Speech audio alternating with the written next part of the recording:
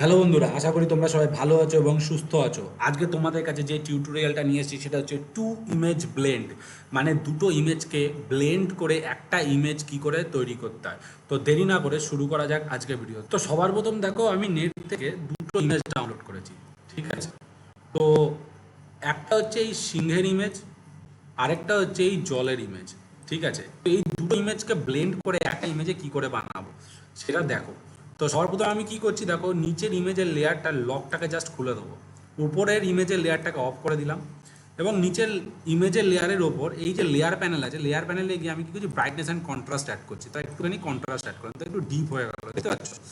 এবার আমি কি করবো, উপরের লেয়ারের ইমেজটাকে অন করব, আর কি করব, এর মাস্ক, এখানে অ্যাড লেয়ার মাস্ক অপশন করব, ব্রাশ টুল সিলেক্ট থাকবে, সব ব্রাশ অন থাকবে, আর উপরে ফোরগ্রাউন্ডে হবে ব্ল্যাক, ব্যাকগ্রাউন্ডে হবে হোয়াইট। আর ব্রাশটাকে আমি কি করব, হালকা করে বড় করছি, ঠিক আছে। আর আস্তে করে ওপাসিটিটাকে কমিয়ে আমি এগুলোকে ইরেজ করে দিচ্ছি, দেখতে পাচ্ছ খুব সুন্দরভাবে, খুব সুন্দরভাবে আমরা ইরেজ করে দিচ্ছি। তো দেখো আমি এটাকে কি করছি, এটাকে আমি 50% করে দিচ্ছি।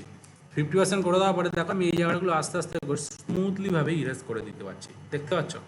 খুব সুন্দরভাবে ইরেজ করে আমরা ব্যাকগ্রাউন্ডের সাথে এটাকে ম্যাচ করার চেষ্টা করছি, ঠিক আছে।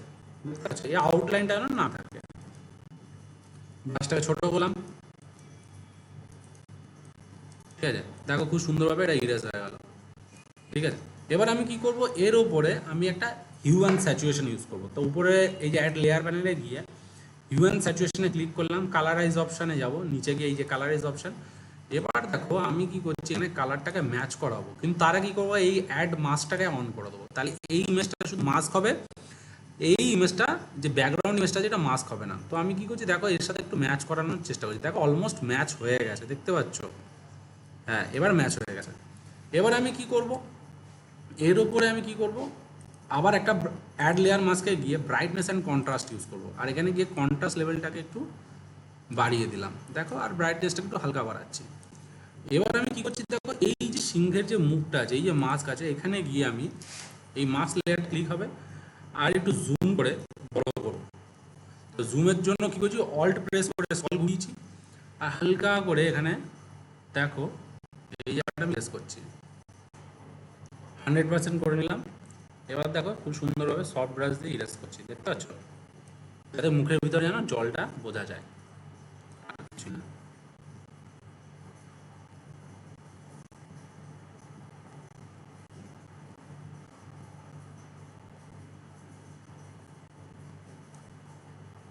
সুন্দর করে একটু মুখের এই জায়গাটা একটু ঠিক করবো, আর ব্রাশটাকে আরেকটু ছোট করছি, জাস্ট এই জায়গাটা একটু ঠিক করলাম, দেখো, ঠিক আছে, হয়ে গেল। এবার কন্ট্রোল 0 মেরে ফিট স্ক্রিন করে দিলাম।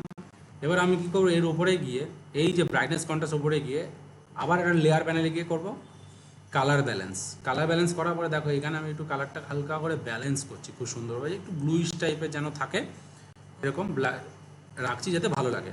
এবার আমি কি করব, এই সব কটাকে সিলেক্ট করবো শিফট ধরে, সব কটাকে সিলেক্ট করলাম শিফট ধরে, আর গ্রুপ করে দেবো।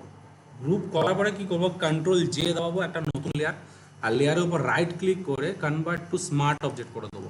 কনভার্ট টু স্মার্ট অবজেক্ট করাতে গেলে ইমেজটা স্মার্ট অবজেক্টে কনভার্ট হলো। আর কি করব, স্পেস বাটন দাবিয়ে হালকা একটু সরিয়ে নিচ্ছি মিডিলে, আর ফিল্টারে গিয়ে করব হচ্ছে ক্যামেরা র ফিল্টার।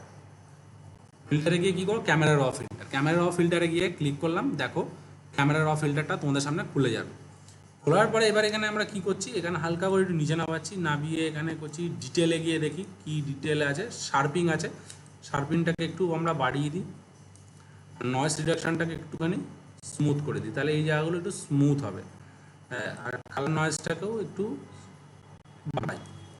আর এইখানে গিয়ে আমরা কি করব, একটু কালার্সে যাই, লাইটে ক্লিক করি, ঠিক আছে, কালার্সে না গিয়ে